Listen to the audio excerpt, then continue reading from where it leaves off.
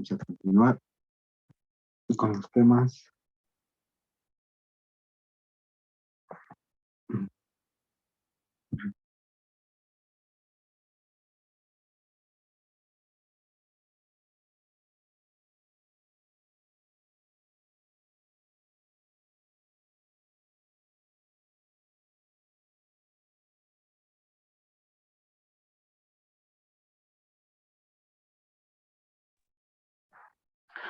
Bien, tengan todos ustedes buenas tardes. Vamos a continuar con uno de los temas que vamos a avanzar en esta parte de la laringología, ¿ya? De la laringe, ¿no? Entonces, vamos a ver lo que es laringitis aguda, sobre todo en niños, así está descrito en el libro, no tanto en los adultos, posiblemente porque en los niños es un poco más severo el cuadro de laringitis, ¿no? El más grave porque como tienen ellos una laringe un poco más pequeña y el cuello es un poco más pequeño que los adultos, el riesgo de obstrucción laringe es mucho mayor en los niños, ¿no? Y el compromiso es mucho mayor. Bien, entonces, la laringitis aguda es un proceso inflamatorio que afecta a la mucosa de la laringe y puede formar un cuadro generalizado de las vías aéreas. Normalmente la laringitis aguda así pura no existe tanto, ¿no? Sino va acompañado de otros procesos respiratorios de la vía aérea superior, ¿no? Y junto con ellos va también una laringitis, ¿no? Alguna vez simplemente nos da una laringitis. Yo creo que todos hemos tenido una laringitis. ¿Cómo se clasifican? Por su localización en glóticas, supraglóticas, subglóticas o difusas o panlaringitis. Las glóticas simplemente son la inflamación de las glándulas bucales, las supraglóticas, la inflamación localizada en el vestíbulo y la corona laringea, y las subglóticas, la inflamación de las subglotis, o sea, de las cuerdas vocales hacia abajo, ¿no? Y las difusas o panlaringitis, pues son inflamaciones, ya como su nombre indica, pan, ¿no? De toda la laringe. Entonces aquí podemos ver en los gráficos, por ejemplo, cómo están las cuerdas vocales, ¿no? Cómo está el epiglotis y cómo se abre y se cierra cuando nosotros estamos hablando, respirando, etcétera.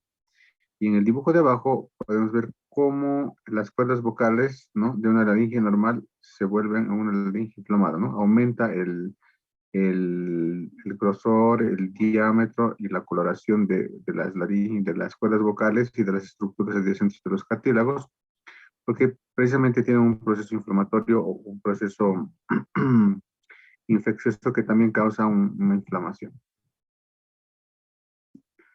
Dentro de las formas anatomopatológicas tenemos una laringitis catarral, después una laringitis edematosa, una pseudomembranosa, flemonosa y ulceronecrótica. En realidad, las formas anatomopatológicas son como estadios, ¿no? La laringitis catarral es una inflamación simple, ¿no?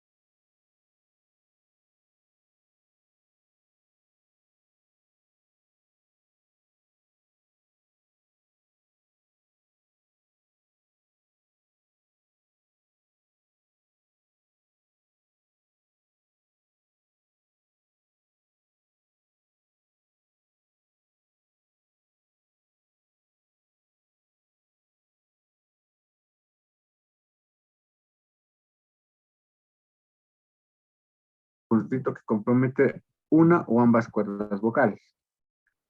Y ya, puede ser de etiología infecciosa, que sería viral o bacteriana, y podría ser mecánica por un traumatismo fonatorio. Ustedes saben que cuando nos resfriamos, pues estamos roncos, ¿no? La laringitis se traduce así por ronquera, ¿no? Hay una voz ronca. Eso es cuando hay una laringitis.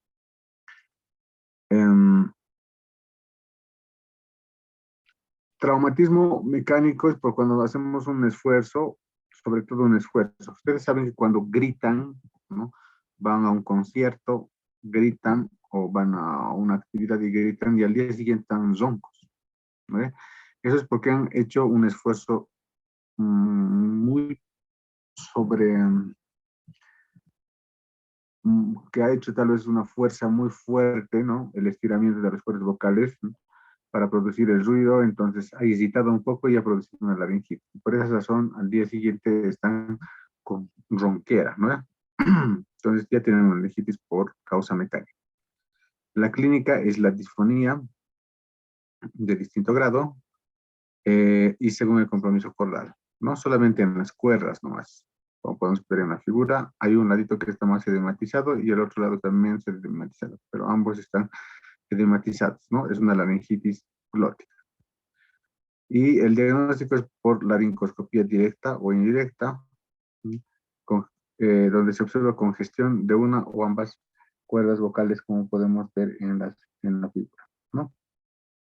Y puede haber otro tipo de lesiones también, puede haber eritema, puede haber placas, etcétera, ¿no? Algunas granulaciones, dependiendo cuál es la etiología siempre, ¿no? Y el tratamiento es el reposo vocal, administración de antiinflamatorios. Antiinflamatorios, bueno, ustedes vean según la edad, si son niños puede ser ibuprofeno, grandes ibuprofeno, diclofenaco, paracetamol no es antiinflamatorio, tal vez indometacina, meloxicam, ¿no? Fenoxicam, etcétera. O también hasta incluso de corticoides, ¿no? Para aprovechar sus propiedades inflamatorias de los corticoides. Otro es la laringitis supraglótica o epiglotis, que es una enfermedad inflamatoria aguda que afecta no solo a epiglotis, sino también a los tejidos adyacentes, aritenoides y pliegues ariteno-epiglóticos, ¿no? Entonces, ustedes saben que por anatomía, la epiglotis es una de los cartílagos únicos que se cierra y se abre para el paso de aire y el paso de la comida, ¿no? Aísla en realidad la parte traqueal con la parte esofágica. Por eso es importante. Entonces, de 5 a 10% de los niños con laringotraqueobronquitis pueden también tener una laringitis supraglótica. La etiología está dado por Haemophilus influenza, neumococo, estafilococo, streptococo, beta. Entonces, si ustedes pueden observar o han escuchado o están viendo, la etiología de los agentes infecciosos es netamente bacteriano. O sea, el Haemophilus, el neumococo, el estafilo y el estrepto son bacterias. Entonces, en la laringitis supraglótica no entra tanto la etiología viral, sino más la bacteriana, ¿no? La clínica, obviamente, hay fiebre alta, otinofagia, babeo, preferencial, posición sentada preferencial o posición preferencial, ¿no es? Eh,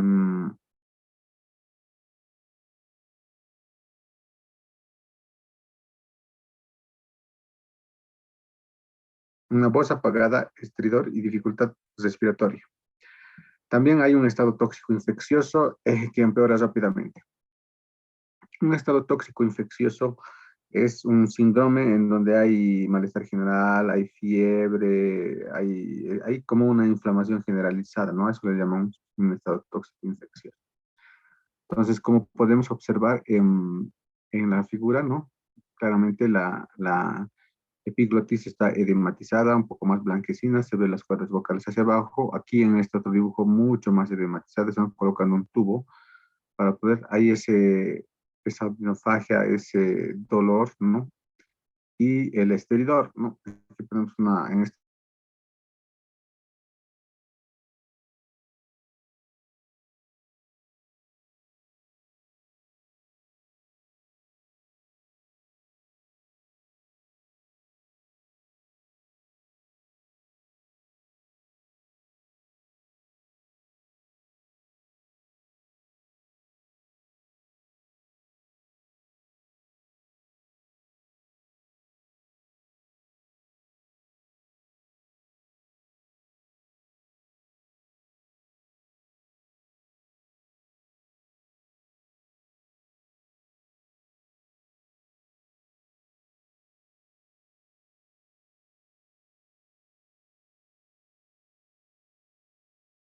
una tela ahí adentro, ¿no? Para producir un ruido también.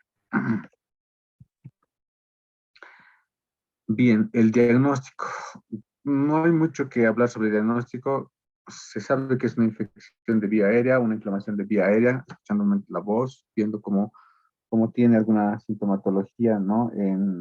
Al dolor, al tragar, el prurito constante, en la voz, el estridor, ¿no? La dificultad respiratoria, etcétera. Entonces, es el interrogatorio y la exploración lo que nos va a dar una idea o una orientación hacia dónde va el proceso infeccioso, el proceso inflamatorio. Posteriormente, los exámenes complementarios y hemocultivos.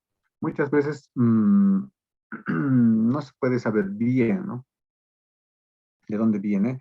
Y cuando hay hemocultivos, es porque el paciente está con fiebre, y no tienes una idea, ¿no? De más o menos dónde está haciendo la fiebre. Y suponemos que si ha hecho una bacteriemia, se podría tal vez dar con el germen, hacerle un cultivo y recién tal vez tratar. Pero muchas veces el tratamiento simplemente es empírico, ¿no? Quiere decir que estamos suponiendo que son gram positivos, por ejemplo, un estafilo y un estafilo, entonces les damos algún medicamento que los ataque, ¿no? Que les ataca una ceftriaxona, por ejemplo, ¿no? Y de acuerdo a eso se evalúa la respuesta, se puede cambiar con cultivos, etcétera. Bueno, así se ve. Y diagnóstico también en la radiografía de perfil de cuello, y donde podemos observar un edema en la zona subglótica. Como pueden observar en el dibujo de a la izquierda, ¿no? Superior, pueden observar las cuerdas bucales de ambos. Uno es del negrito y otro es del blanquito, ¿no? De ambos lados. Entonces, si ustedes ven que la densidad aire de la vía respiratoria superior está como que estrecha o apagada en la mitad, el tercio medio del cuello. Precisamente es porque los tejidos adyacentes a la laringe están inflamados y obviamente la respiración ya no es la misma, ¿no? Hay una reducción y resistencia del canal orotraqueal, canal laringio para el paso de aire y por eso esta sintomatología también. Podemos observar otra radiografía de cuello, igual hay una estenosis, ¿no? Ustedes pueden ver una imagen.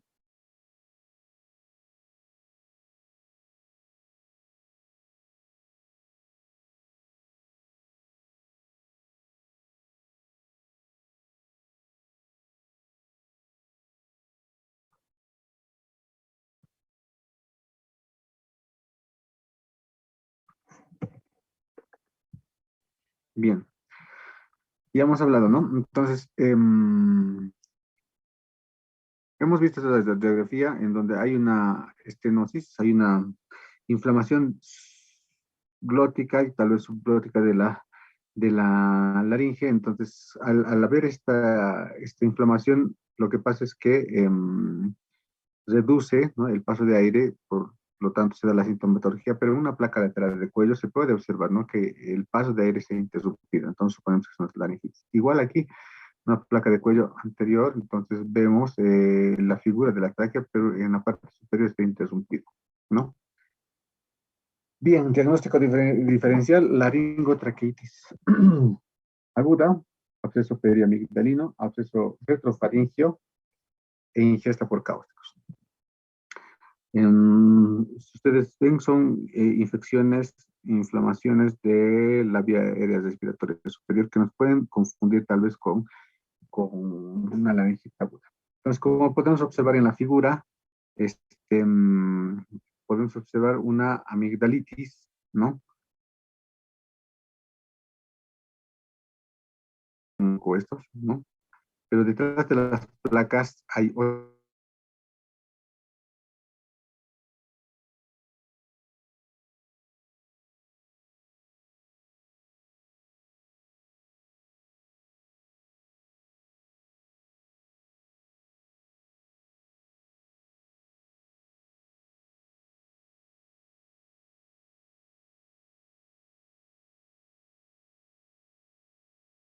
lo que se supone es que se está teniendo un absceso periamigdalino o amigdalino o una injuria en el tejido, ¿no? O, bueno, una inflamación que está obstruyendo. ¿Cuáles son las complicaciones? Muerte, daño cerebral secundario, hipoxemia, alteraciones secundarias a la intubación, infecciones a distancia, meningitis, artritis. Muerte porque ustedes saben que la vía aérea tiene solamente minutos, ¿no? Si a nosotros nos quitan el oxígeno o nos entra un cuerpo extraño, tenemos 3 minutos para sacarlo, 5 minutos a máximo, porque después de los 5 minutos que nosotros no podamos respirar, ya vamos a ir teniendo un compromiso del estado general, vamos a estar sonolientos con dolor de cabeza, bajando la presión, etcétera. Pero esa hipoxia, o sea, esa cantidad de oxígeno que no está circulando al 100% en nuestro cuerpo, va a producir algunas alteraciones que tendrían que ir corrigiéndose por la especialidad correspondiente, en este caso medicina interna, ¿no? Para que podamos planificar una cirugía. En este tipo de pacientes no se aconseja mucho no se aconseja mucho la,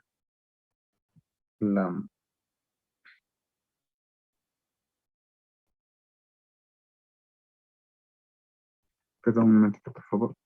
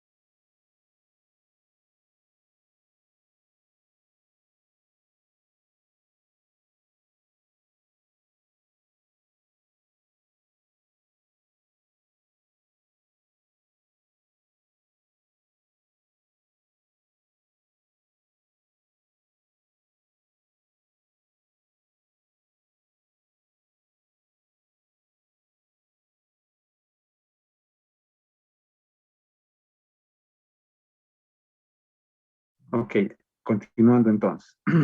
Hablábamos un poco de las complicaciones, que la vía aérea es bastante importante en la respiración, en la oxigenación de la sangre, ¿no? Cuando hay una obstrucción de la vía aérea, tenemos un tiempo determinado para poder revertir. Si no, va a haber una hipoxemia se reduce como disminución de la presión parcial de oxígeno en sangre. Y al final, el compromiso neural mm,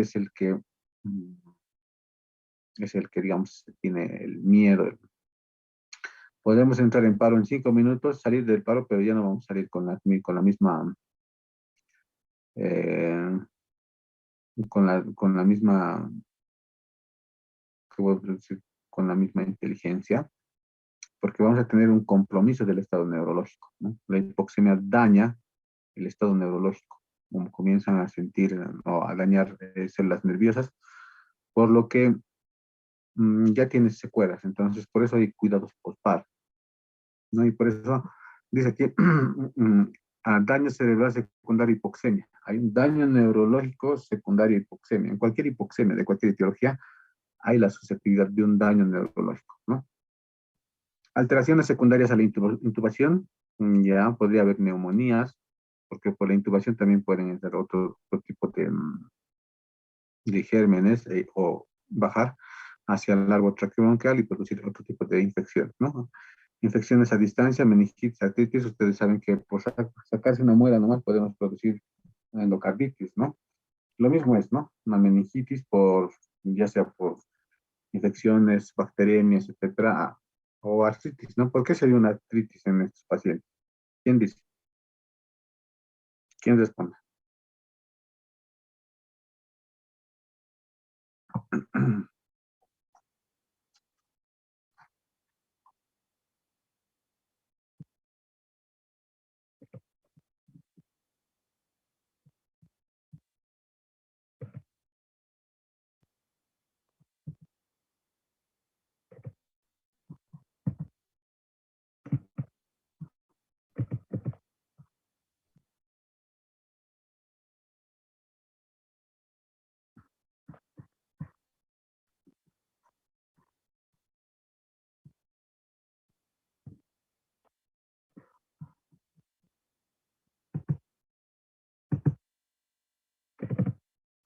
¿Nadie?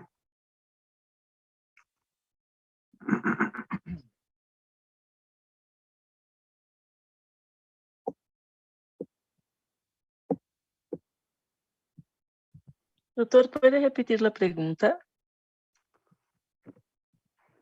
¿Por qué se daría una artritis en estos pacientes? Si es que presenta artritis, ¿no? Dice como una de las complicaciones artritis. ¿Cuál sería el mecanismo? ¿Cómo sería la cosa?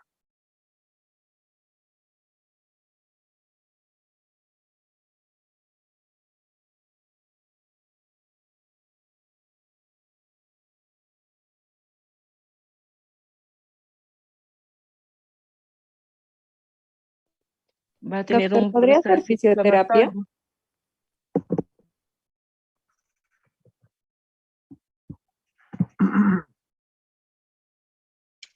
Perdón, a ver, ¿Podría hacer fisioterapia, doctor? ¿cómo fisioterapia? Como las articulaciones están mal, tener como que ese método, se podría decir, más medicamentos que podrían utilizar,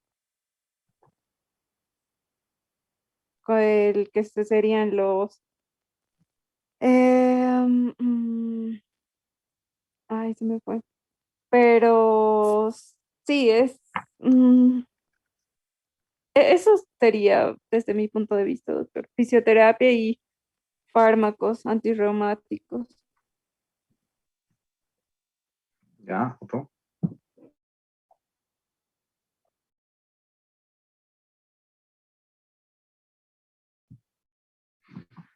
¿Por qué por una laringitis nos puede dar una artritis? Esa es la pregunta.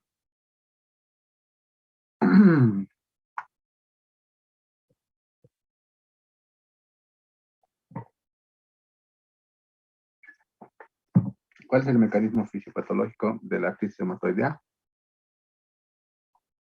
Proteína M, estreptococo.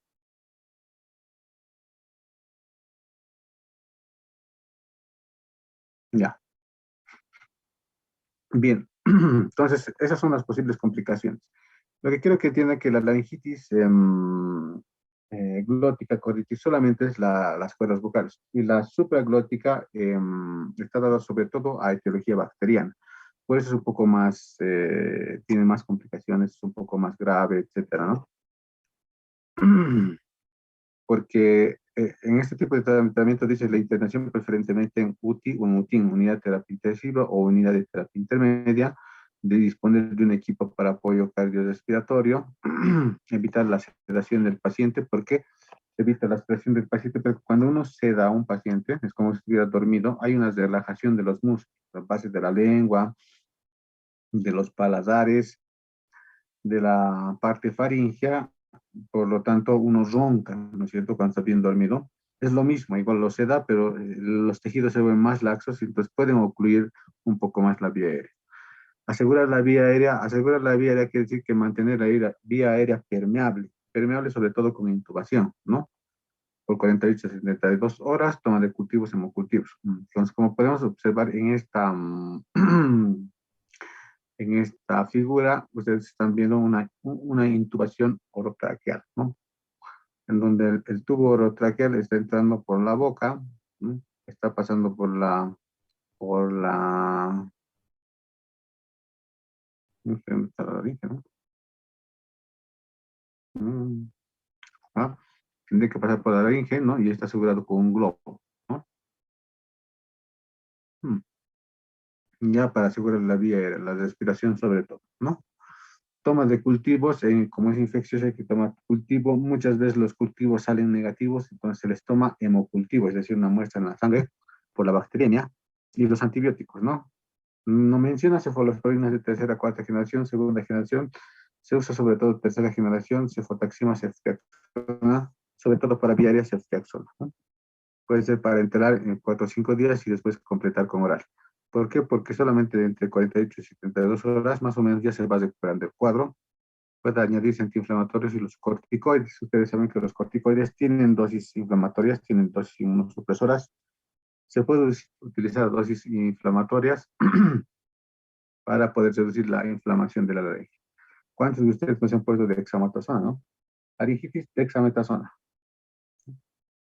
Y la vacuna anti-Haemophilus influenzae, ya que según el libro, cuando tú tienes una infección a nivel de la laringe y es por hemófilos, pues no te causa una resistencia, ¿no? Tienes una resistencia inmunitaria adquirida permanente, por lo que es recomendable tener una vacuna.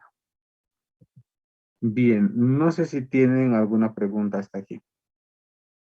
Doctor, no sé si nos puede explicar sobre lo que decía de cómo la laringitis causa, o bueno, tiene una complicación que es la artritis reumática, su mecanismo que nos hablaba.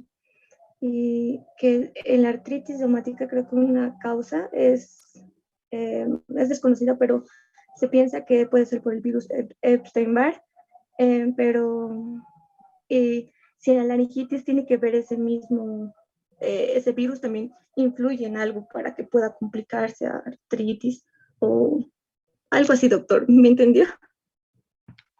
Más o menos. Lo que yo les preguntaba es cuestión, digamos, de que ustedes recuerden inmunología, tal vez, ¿no? Y reumatología, ¿no? Porque, ¿cuál es la fisiopatología de una artritis reumatoidea?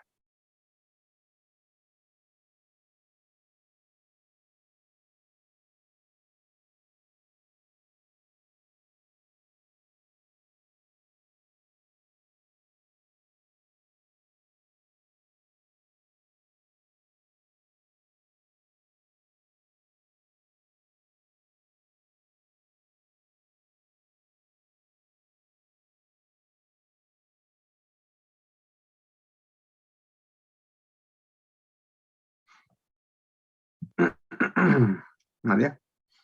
Bueno, ustedes saben que la artritis reumatoidea es una enfermedad autoinmune. Quiere decir que nuestro propio cuerpo ataca a las células cartilaginosas, sobre todo a las células que están en las articulaciones mayores, ¿no? Es una artritis reumatoide, ¿no? ¿Por qué? Porque se confunden las estructuras, es decir, los glóbulos blancos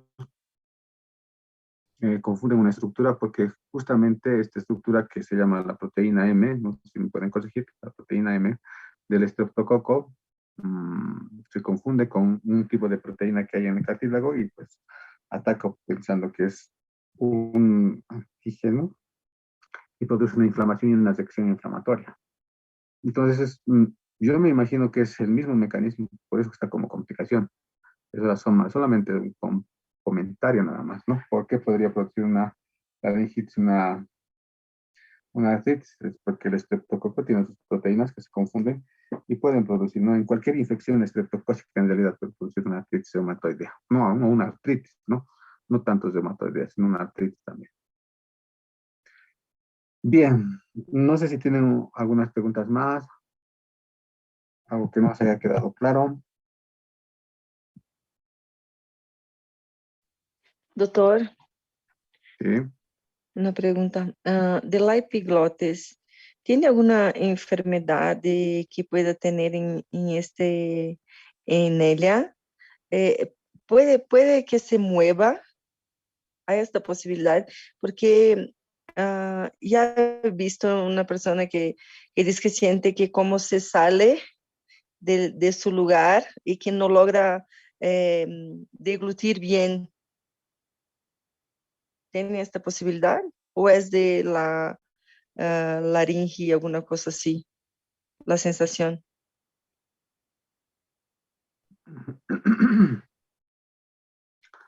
Ok. Em,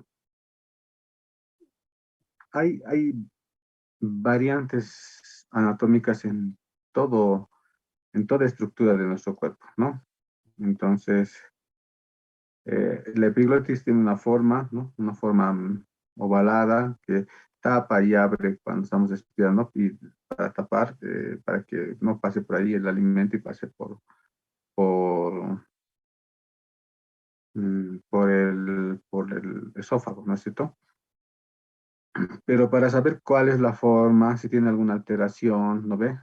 Entonces yo pienso que hay que hacer el interrogatorio. Como dice, tal vez le muestra al tragar, al respirar, etcétera, le produce alguna irritación, etcétera. Si son síntomas tal vez de una infección de epiglotis, ¿no? Puede ser, ¿no? Pero lo que tendríamos que hacer es hacer exámenes complementarios, no hacerle una laringoscopía y ver, porque muchas veces nosotros estamos avanzando ahorita solamente en laringitis, que es una inflamación de la laringe o de las partes de la laringe, una epiglotis, epiglotitis, ¿no? Que podría ser infecciosa, digamos, pero podría ser, o algún tipo de irritación podría ser. Pero no se olviden que también en estos lugares pueden crecer tumores, pueden crecer verrugas, hay sífilis en laringe, hay tuberculosis en laringe, ¿ya? Entonces, hay que estudiarlo, hay que hacer la imagen, ¿no? Una laringoscopía, ver la forma, ver si no hay alguna estructura. Podría ser hay incluso la posibilidad de tener una tumoración o algún proceso neoformativo, etcétera, que podría estar causando esa, digamos,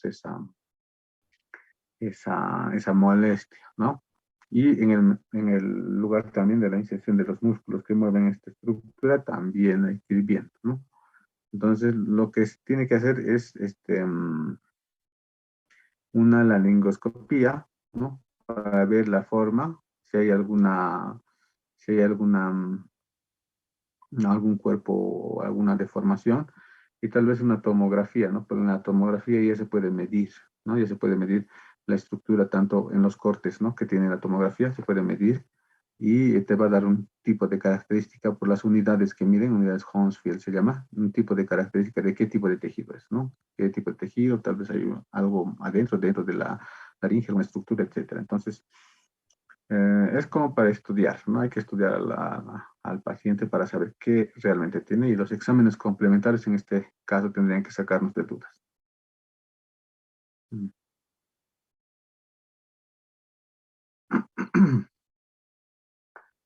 ¿Alguna pregunta más?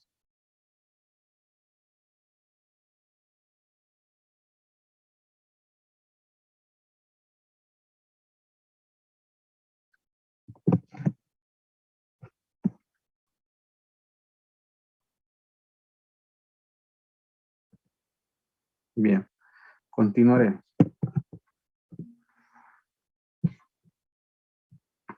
Ya. Entonces, ahora hablamos de la laringitis subglótica, ¿no? La laringitis subglótica es también llamada CRUD viral, ¿no? Porque generalmente es viral. La otra forma de la laringitis supraglótica es generalmente bacteriana, por eso es un poco más complicada la bacteriana que la viral.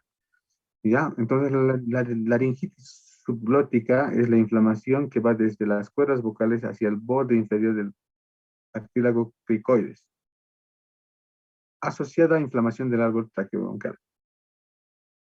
Es decir, como está abajo, ¿no? Entonces, hay una inflamación hacia la estructura inmediatamente inferior, que sería la tráquea.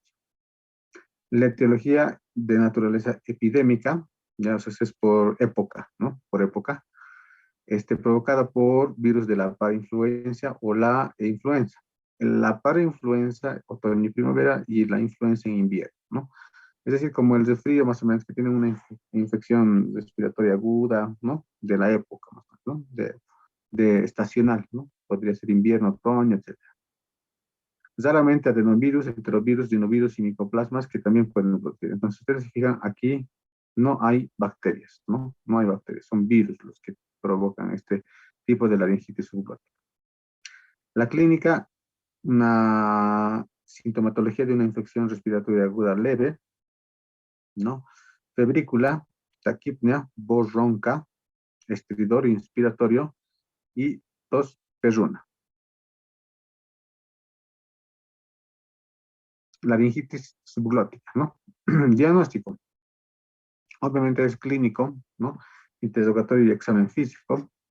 Y también se podría pedir una radiografía de perfil de cuello en hiperextensión para ver partes blandas y estrechamiento subglótico como habremos visto en las anteriores diapositivas, por ejemplo, aquí, ¿no? Hay un estrechamiento subglótico, ¿no? Debajo de la glotis hay un estrechamiento, entonces estaríamos hablando de una laringitis subglótica.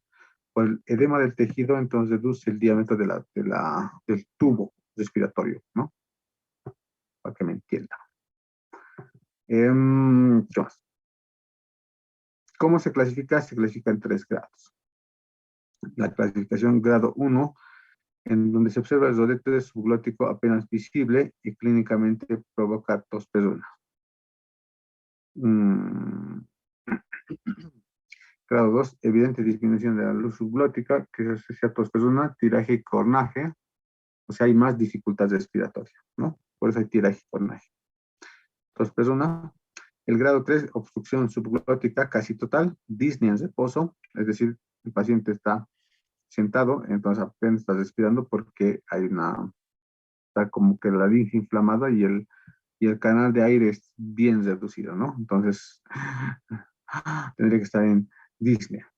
Retracción infracostal, es decir, ahí hay utilización más exagerada de los músculos respiratorios. Hundimiento external, estridor, sudación, taquicardia, hipertensión arterial, hipercapnia y cianosis más tardíamente. Entonces, un grado 3, ¿no?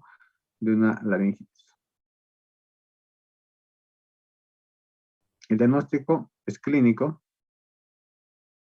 ¿no? Y también imagenológico, ¿no? Entonces, como podemos observar aquí no se observa, pero en estas formas, entonces ya estamos viendo algunas membranas y ya es una laringotraqueitis, ¿no? Porque estamos viendo debajo de la laringe, ¿no? El diagnóstico diferencial, la traqueitis bacteriana, una traqueitis bacteriana, ¿no? Croup espasmódico, o sea, una laringitis espasmódica, tal vez alguna reacción anafiláctica, antiinflamatoria, etcétera. Y aspiración de cuerpo extraño, ¿no? Muchas veces, sobre todo en los niños, ¿no? Se pueden observar aquí como estamos en la división del canal de los bronquios, en donde ya hay un cuerpo extraño, ¿no? Entonces, un cuerpo extraño puede producir tal vez alguna sintomatología similar, ¿no? Por estímulo puede producir tos, puede haber fiebre, disnea, etcétera, ¿no? Que tal vez puedan hacer pensar en una laringe a un niño pequeñito, o una laringitis. Laringitis subglótica, tratamiento. Bueno, aquí no he podido colocar el cuadro, pero hay un cuadro en la página del tema, hay un cuadro para valorar la internación de un paciente de acuerdo a los parámetros que tiene, ¿no? Que mide el estridor, retracción, entrada de aire, color, conciencia, etcétera, y le da un cierto puntaje, que puede ser leve, moderado o severo. Por ejemplo, el estridor 0, ausente, 1 leve, 2 moderado y 3, que es grave, ¿no? Hay un estridor en inspiración y expiración. Entonces, se van sumando esto y te van a dar un puntaje del paciente, ¿no? Que puede ser de 5 a mayor a 8 puntos. Si es menor de 5, entonces es una laringitis leve, no necesita internación, desde 5 a 6, leve a moderada. Tal vez habría que darle algunos antiinflamatorios, corticoides, y tomar medidas ya de humidificar al hospital, explicar a los padres en qué momento tienen que traerlos rápidamente al hospital, ¿no? Si se está empeorando. Y 7 a 8 cuando es moderada, ¿no? Ahí hay que internar al paciente a una sala y hay que tener esas condiciones que les he dicho anteriormente, ¿no? De tener humidificadores, equipos respiratorios, etcétera, para que, digamos, si es que vaya avanzando, ya se tomen, digamos, medidas para que no haya interrupción del flujo respiratorio. Y cuando es grave, es mayor a 8, pues este paciente ya tiene que estar internado en la sala de cuidados intensivos, ¿no? Para que en cualquier momento sea intubado. El tratamiento de una laringitis subglótica, pues humidificación del aire. Humidificación del aire quiere decir que tú haces servir algún matecito o le haces alguna vaporización al paciente. ¿Por qué? Porque se ha observado que cuando uno tiene una inflamación del tejido, obviamente las glándulas que secretan algún tipo de secreción del epitelio respiratorio, ¿no? También se inflaman y no producen, entonces se vuelve un poco seca la mucosa, y como está seca la mucosa, no respira no produce naturalmente su lubricante, ¿no? Porque está inflamado, entonces hay mucho riesgo de que haya una ulceración o haya grietas, para que me entiendan, ¿no? En ese tejido. ¿Cómo se evita esto? Humidificando el aire, ¿no? Hidratación por vía bucal o parenteral, también, ¿ya? Corticoides como antiinflamatorios, antibióticos, también para vía de respiratorio superior. Y podría haber, si es que el estado del paciente está muy mal, una intubación nasotraqueal en niños, ¿no? Con insuficiencia respiratoria.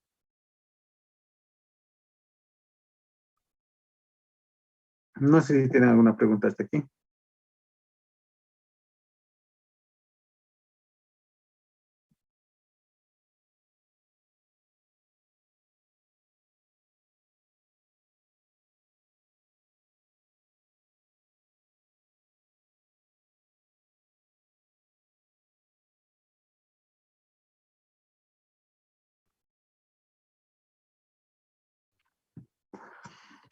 Bien. Es importante también que cuando hay una laringitis no hay que tocar mucho, ¿no? O sea, es decir, no hay que estar explorando la laringe a cada rato. ¿Por qué? Porque al manipular la laringe o la faringe se puede hacer que este tejido reaccione un poco más, digamos, y se inflame más, ¿no? Entonces hay que saber manipular, no es observar por observar la laringe, ¿no? Y porque también podemos hacer una descarga vagal, ya por el contacto con el nervio vago que tienen estas estructuras. Ustedes saben que si ustedes comen fuerte, entonces les da un hipo, ¿no? Entonces eso es reacción del nervio vago. Entonces, más o menos es algo así, ¿no? Entonces, si uno estimula el nervio vago, ¿qué produce? ¿Bradicardia o taquicardia?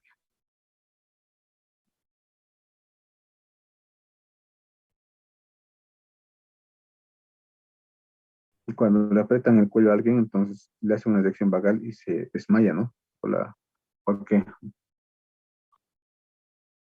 Porque han estimulado una reacción vasovagal, ¿no? Entonces, el mismo tipo de reacción puede haber en un paciente que tenga tal vez una laringitis, le estamos manipulando una reacción vasovagal y bueno, obviamente se va a desmayar.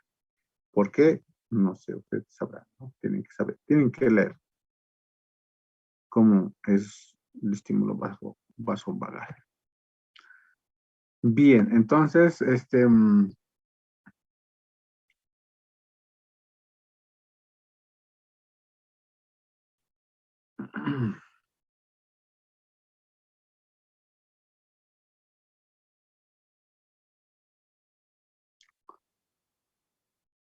ahora vamos a ver lo que es una laringitis simple o catarral. Una laringitis simple o catarral es una afección inflamatoria más frecuente porque es una laringitis simple. Todos nosotros una laringitis simple, ¿no? Generalmente es viral, ya podría ser bacteriana también, pero generalmente es viral. Hay un prurito, ¿no? Hay un escozor laringio, faringio, una tos irritativa, ¿no? Que te molesta, disfonía, que estás un poco ronco, ¿no? Y que progresa más en el lapso de las horas, pero la evolución es espontánea, evolución favorable espontánea, y a los 3 o 4 días ya estarías normalizándote, ¿no? Precisamente porque ese es, digamos, el ciclo de una laringitis viral, ¿no? La clínica ya saben cuál es, la laringoscopía indirecta que muestra la mucosa congestiva y brillante, y podría ser incluso edematosa, porque tendría que ser catarral, ¿no? Solamente irritación. Podría ser incluso edematosa y después, como es viral, va a ir pasando, autolimitándose la enfermedad, ¿no? Tratamiento, el alivio de los síntomas fluidificantes de la secreción laringotraqueal, como por ejemplo un antitusígeno, un fluidificante, ¿no? Acetilcisteína tal vez, ¿no? Humidificación con nebulizaciones, ¿no? Deben saber ustedes, a los hermanitos, a los chiquitos les nebulizan, ¿no? Con solución fisiológica, adrenalina, salbutamol, etcétera, les nebulizan justamente para que pueda producir mayor eliminación de secreciones traqueobronquiales, ¿no? Antitusígenos para tos. Hay 2 tipos de tos, húmeda y seca, ¿no? Y cada tipo de tos tiene algún antitusígeno, ¿no? Que es dextrometorfano en tos seca, ¿no? Para tos húmeda o tos productiva no hay antitusígeno, solamente para tos seca. Analgésico, antiinflamatorio, ¿no? O antiténico.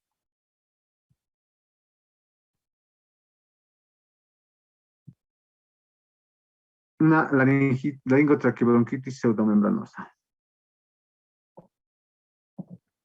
Bien.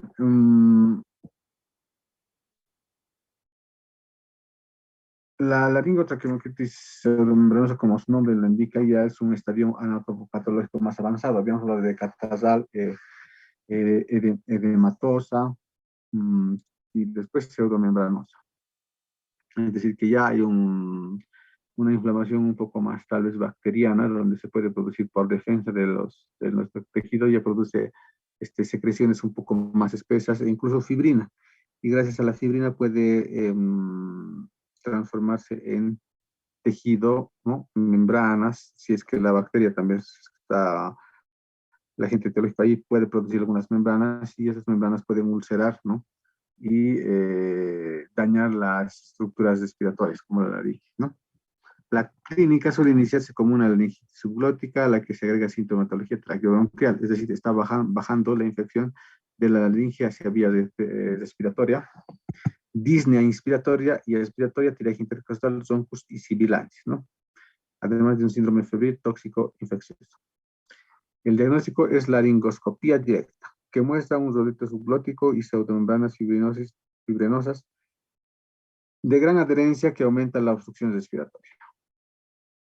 No pseudomembranosa, tiene que haber una membrana, o sea, una laringe visitada con membrana, con una pseudomembrana, o sea, una membrana falsa, más o menos, ¿no? O sea, que tenga la cuestión que tenga algún pedacito de membrana ahí. Tratamiento, fluidificación, aspiración de secreciones de pseudomembranas y por medio de laringotraqueobroncoscopía junto a antibióticos y eventual traqueotomía. Porque si el paciente está intubado 15 días, lo que sigue es una traqueotomía. Así son los protocolos de manejo. Y bueno, también tenemos otro tipo de laringitis que ya no se ve mucho, ¿no? Porque pues la mayoría son provocadas por agentes en donde la vacunación ha permitido casi erradicar esta enfermedad, ¿no? Una laringitis diftérica. Entonces es muy poco frecuente, pero una laringitis diftérica tiene pseudomembranas, ¿no? Tiene pseudomembranas blanquecinas, amarillentas, que pueden formar como en la parte superior arriba. Esas pseudomembranas que facilitaría un poco el diagnóstico, ¿no? Es casi característico las pseudomembranas en faringe, laringe de una difteria. Una laringitis sarampionosa. Bueno, después de las vacunas ya no es muy poco común, porque cuando ustedes hablan de casos sospechosos de laringitis, hablas de procesos respiratorios, ¿no? Un caso sospechoso es aquel que tiene manchas de vesículas, microvesículas, pápulas y pústulas, es decir, de varios estadios que está con tos y fiebre, más o menos, para considerar la laringitis sarampionosa. Pero como habíamos dicho, no hay mucho porque ya se están tratando de erradicar con vacunas. Y la laringitis flemonosa, en cualquier tejido puede aprovecharse, en cualquier tejido puede haber la posibilidad, perdón, de que una infección vaya a una laringitis y después de una catarral, ya, ¿no? Venga una flemonosa, ¿no? Al final es la flemonosa, pero más o menos ya hay un poco de lesión del tejido, ¿no? Y obviamente va a producir después alguna deformidad. El tejido ya no vuelve a ser el mismo después de una infección.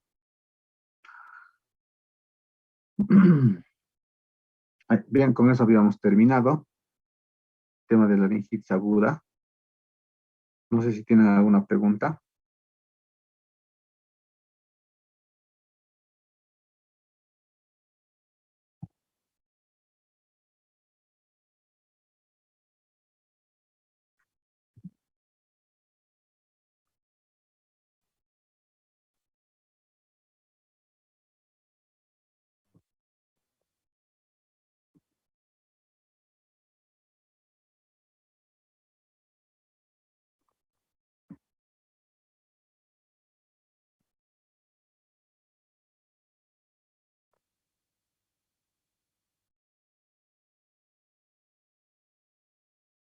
¿Nadie?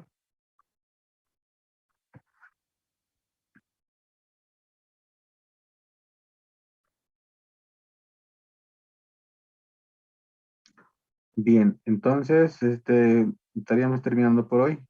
Mañana tienen 4 grupos, ¿no es cierto? Mañana vienen en la tarde, ¿no?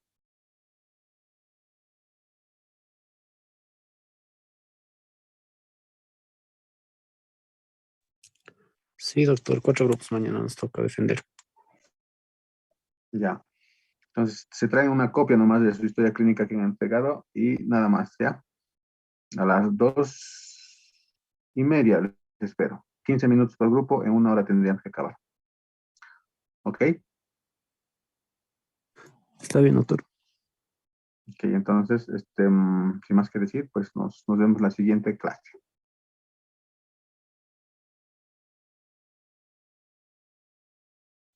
Hasta luego, doctor. Hasta luego. Hasta luego, doctor. Hasta luego, Hasta doctor. luego. Hasta luego, nos vemos. Hasta luego. Hasta luego, nos vemos.